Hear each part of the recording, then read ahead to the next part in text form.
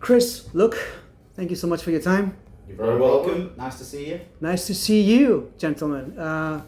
Is it me, or is it a lot of people believing that the Appleton family is the most metal family in the world? Could be. Could be. Yeah, maybe. Angus and Malcolm did okay. Yeah. But you got your dad working with metal issues. I mean, they have the record label. They have all this communication with bands.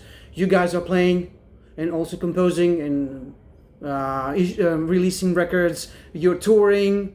I think, is it your sister or cousin that works? Our mother has her own festival in Manchester as well. That is correct. So we kind of all have our piece of the pie, kind of. Lane is your mother? Yes. Yeah.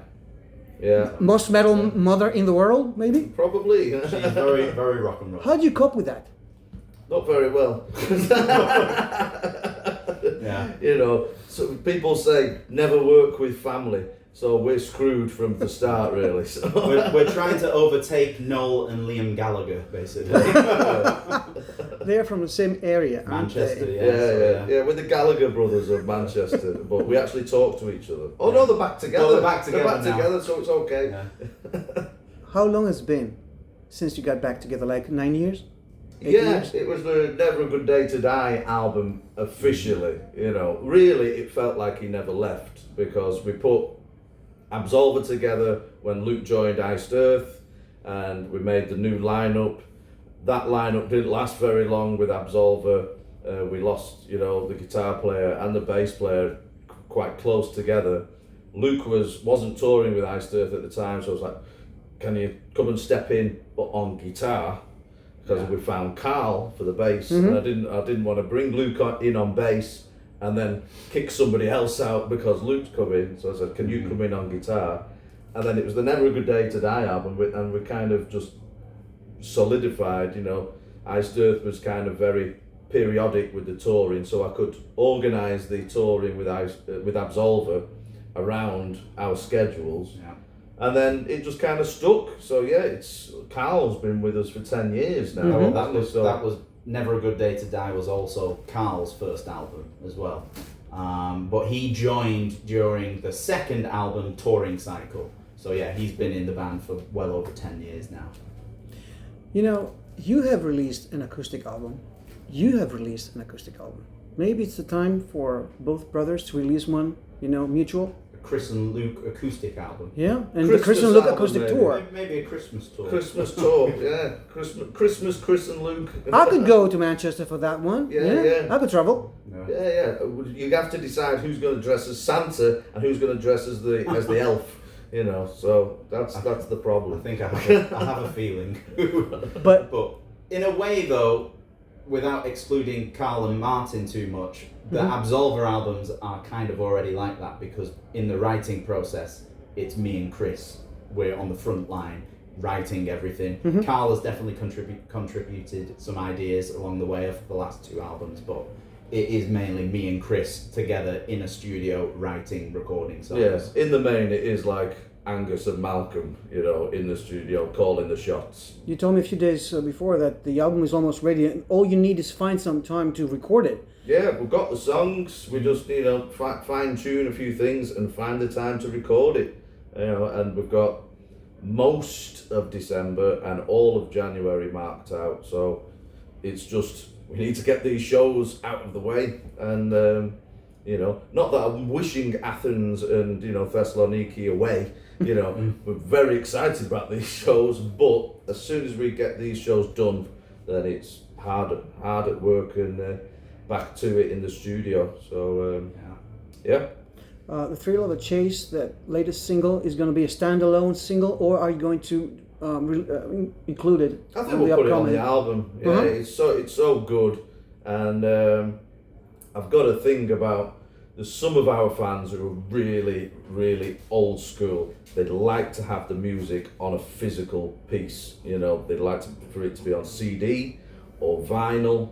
They don't want it to just be on digital. So at the moment, Thrill of the Chase was the first single. It's only available on digital. So we want to put it on the album. It needs to be there. Yes, it does.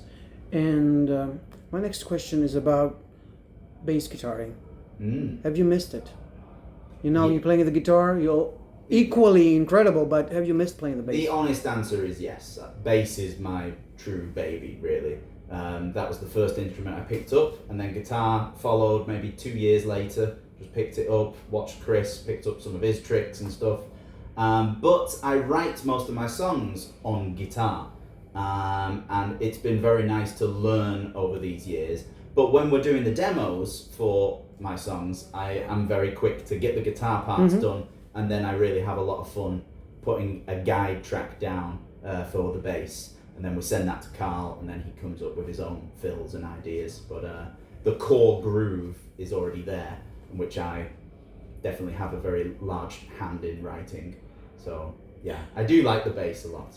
Chris, is it more difficult to write the lyrics, or come up with the ideas of the orchestration and the chords and through the riffs, of course?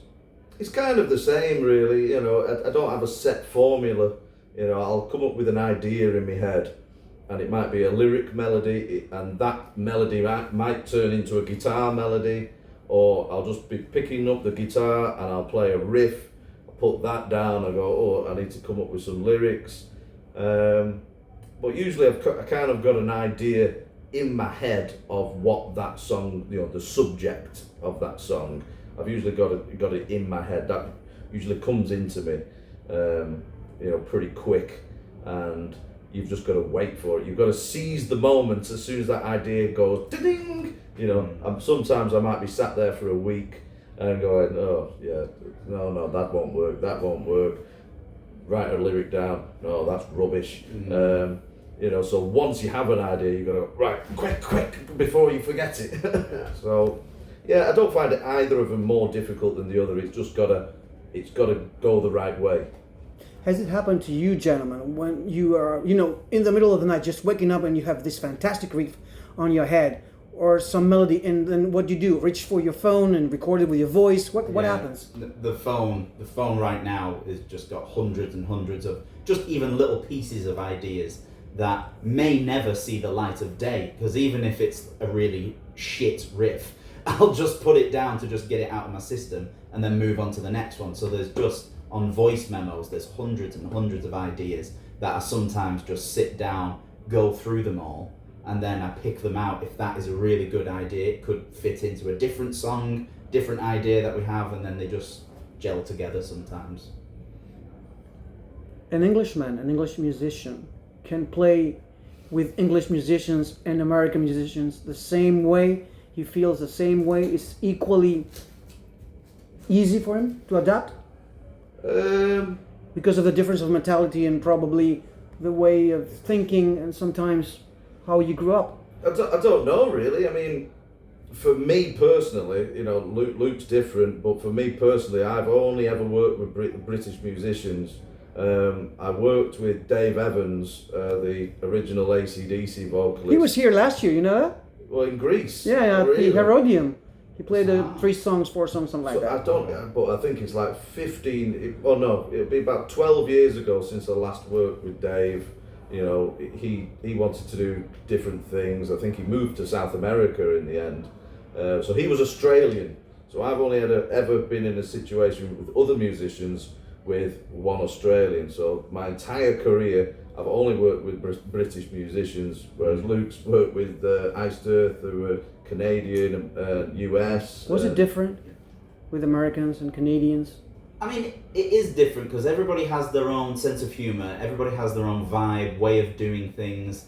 The circumstances were drastically different because when I joined Iced Earth, we were a band called FuryUK, who, in my opinion, Absolva are definitely far ahead than FuryUK were.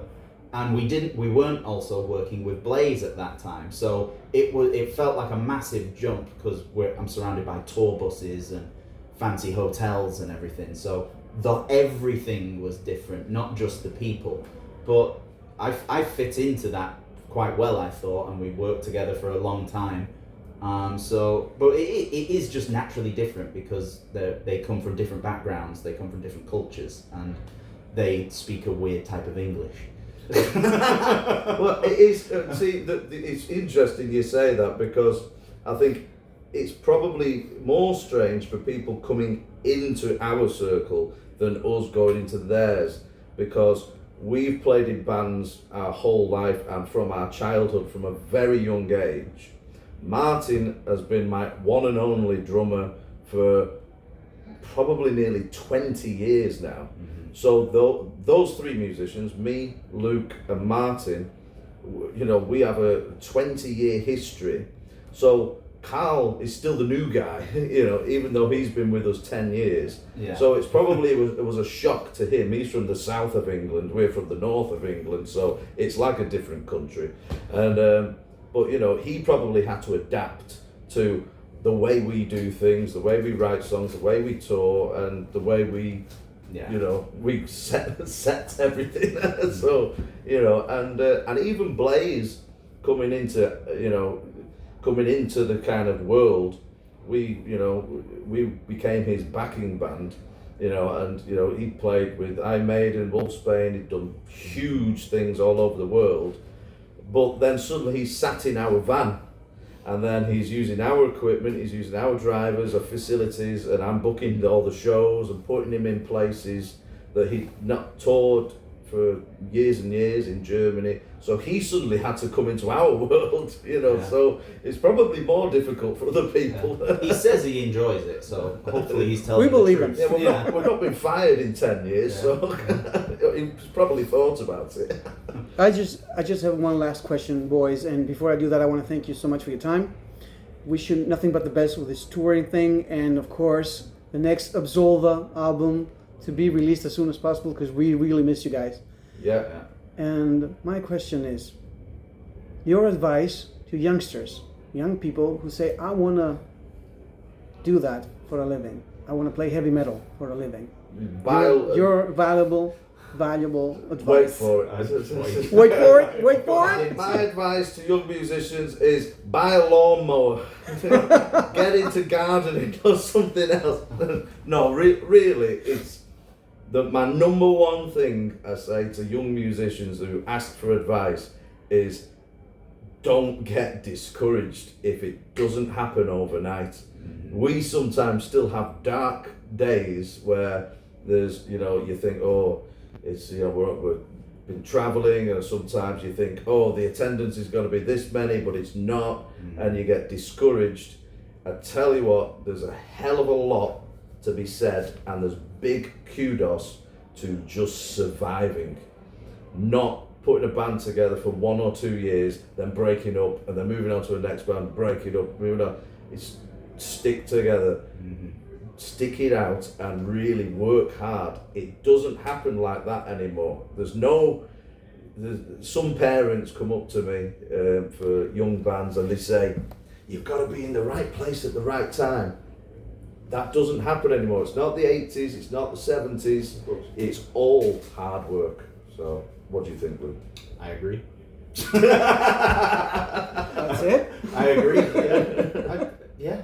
I could elaborate, but he put it very well. Well, you're the perfect example. Well, yes, actually, no, I can elaborate, because I've experienced You better. greatness. You know, I've experienced the playing arenas in front of 10,000 people, playing festivals in front of 50,000 people, and obviously that ended, which was very sad. But I stepped back into two very, very good bands, two very solid bands, and I'm not the most famous person in the world or anything. It's not. I haven't become the next Gallagher now. But it's fine. It doesn't matter, because I'm still in bands, I'm still touring, I'm still playing in front of lots of people, and we're still hard working and releasing albums. That's the hard work. It's like we were the support band for Blaze Bayley, and we were selling tickets in Manchester. Then you fast forward 10, 15 years, we're suddenly Blaze Bayley's band. Yeah. We were the support band for Iced Earth, you know, 15 years ago, whatever it was, and then Luke got a call, oh, we need a bass player. Suddenly he's in Iced Earth.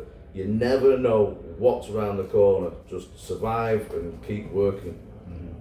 Thank you so much, gentlemen. All the best. Cheers.